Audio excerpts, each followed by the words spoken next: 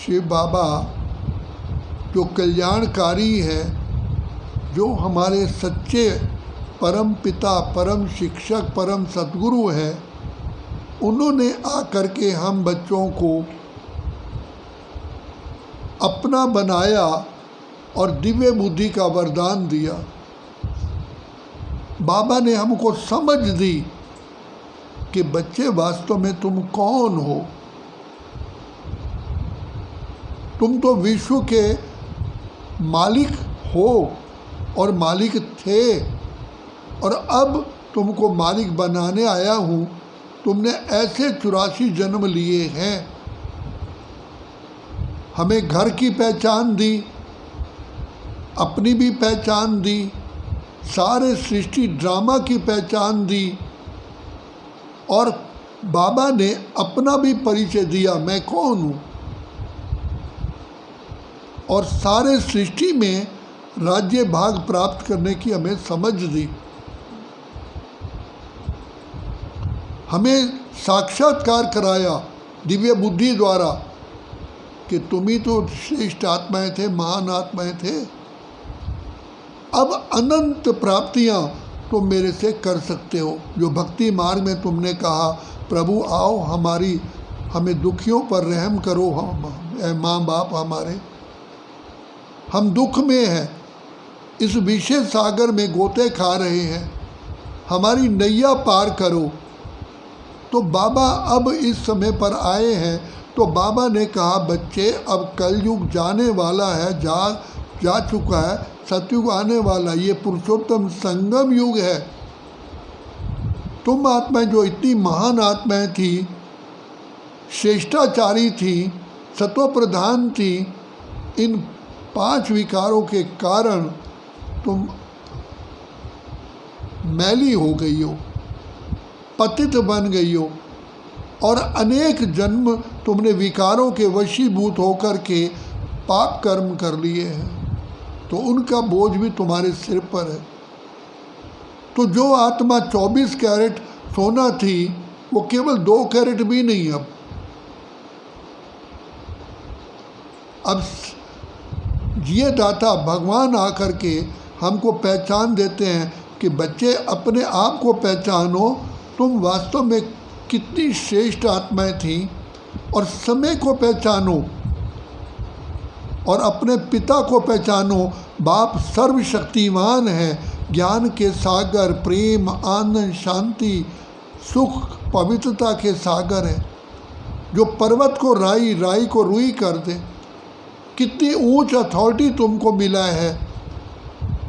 तो जब हमें ज्ञान आ जाता है तो हमारा तीसरा नेत्र पूरा खुलता जाता है।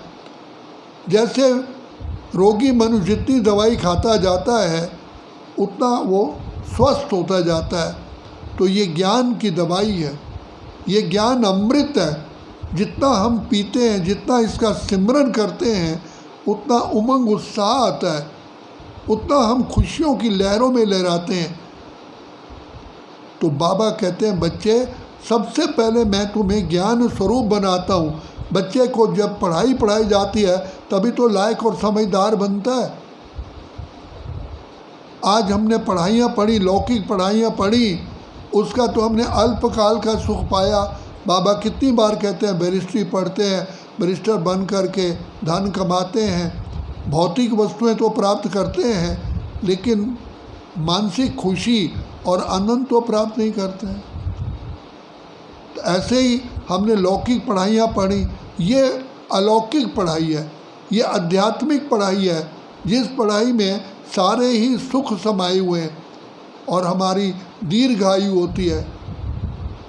तो बाबा कहते हैं, तुमको बच्चे पता है स्वर्ग, वैकुंठ, पैराडाइज, हेवन तुमको बहिष्ठ ये गिफ्ट में मैं देने आया हूँ।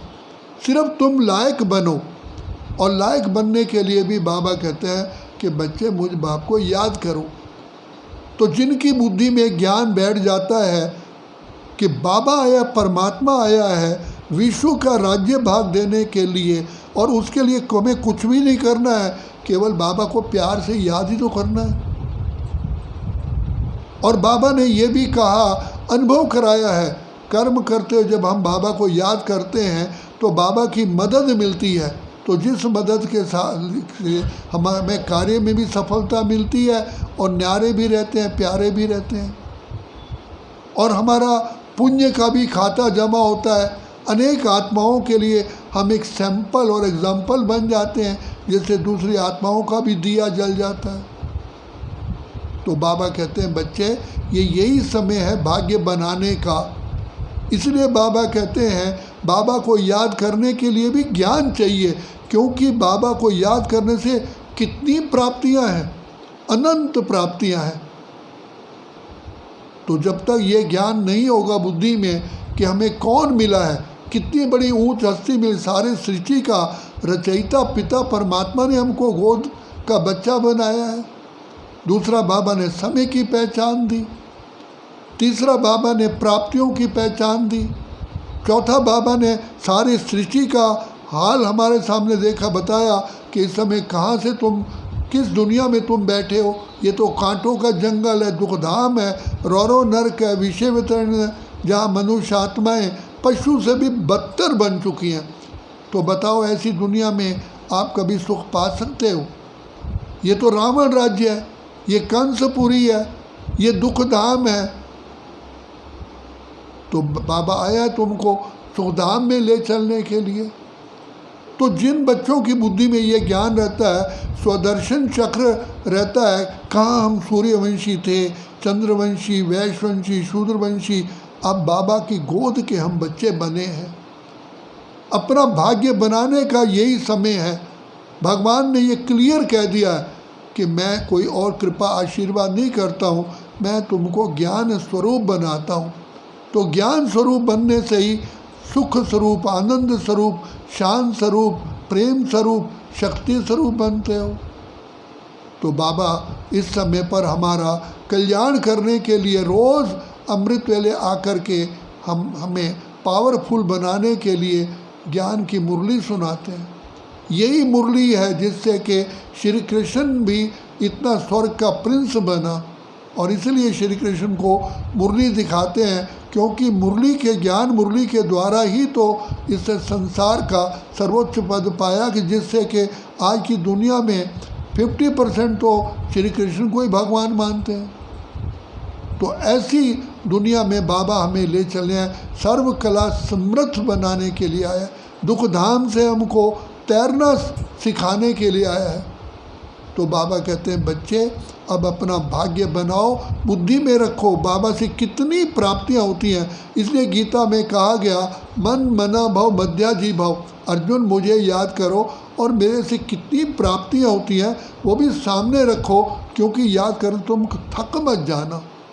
और हमें ज्ञान के अस्त्र शस्त्र दिए माया जीत बनने के लिए, इसलिए विष्णु को अलंकार दिखाए हैं। जितनी भी देवियाँ शक्तियाँ हैं उनको भी शस्त्र दिखाए हैं। तो वास्तव में शक्तियाँ हिंसा तो नहीं करती हैं, देवता कभी हिंसा नहीं करते हैं, लेकिन ये ज्ञान के अस्त्र शस्त्र हैं जिससे बाबा ने हमको माया जीत, प्रकृति जीत, विश्व जीत बनाया और बना रहे हैं। इसलिए बाबा कहते हैं जिनकी बुद्धि में पूरा ज्ञान रहता है वो बाबा को पकड़ लेते हैं। कहते हैं बाबा पहले तो आप मिले नहीं, अब मिले तो आपको छोड़ो कैसे? क्योंकि आप ही तो दाता हो, आप ही विधाता हो, आप वरदाता हो, आप ही तो दुखों से मुक्त करने वाले हो, आप ही मुक्तेश्वर, पाप कटेश्वर, सदगतिदाता, कल्याणकारी, खिवैया, बागवान, आप ही तो हो। ऐसे पिता को जो पहचानते हैं वो कभी छोड़ ही नहीं सकते। कहते हैं बाप हो गए बाबा के हम, बाबा हमारे हो गए। एक बाप को पकड़ने से, प्राप्त करने से, बाबा की याद में रहने से सारे संसार की प्राप्तियां अपने आप ही मिल जाती हैं। तो क्यों ना हम बाबा को याद करें। और ये प्रैक्टिकल हमारा अनुभव बता रहा है कि जिन्होंने बाबा को पहचाना, बाबा को याद किया, आज वो सोने के झूले में झूल रहे हैं, सुख में झूले में झूल रहे हैं। ऐसे ऐसे बाबा के बच्चे हैं जिन्होंने बाबा की याद में अपने जीवन को हीरे जैसा बना रहे हैं, एक सैंपल है। तो बाबा कहते हैं बच्चे खुद को जानो, बाप को पहचानो, समय को पहचानो और प्राप्तियों को सामने रखो, तो कभी थकोगे नहीं। इसलिए बाबा कहते हैं रात के राही थक मत जाना, ये कलयुग रात अब पूरी हो चुकी है। अब तो हम अमृत वेले में पहुंच चुके हैं। अमृत वेले के बाद सतयुग तो आना ही, संसार की हालत देख ही रहे हो। इसलिए जागो जागो और जगाओ। अच्छा,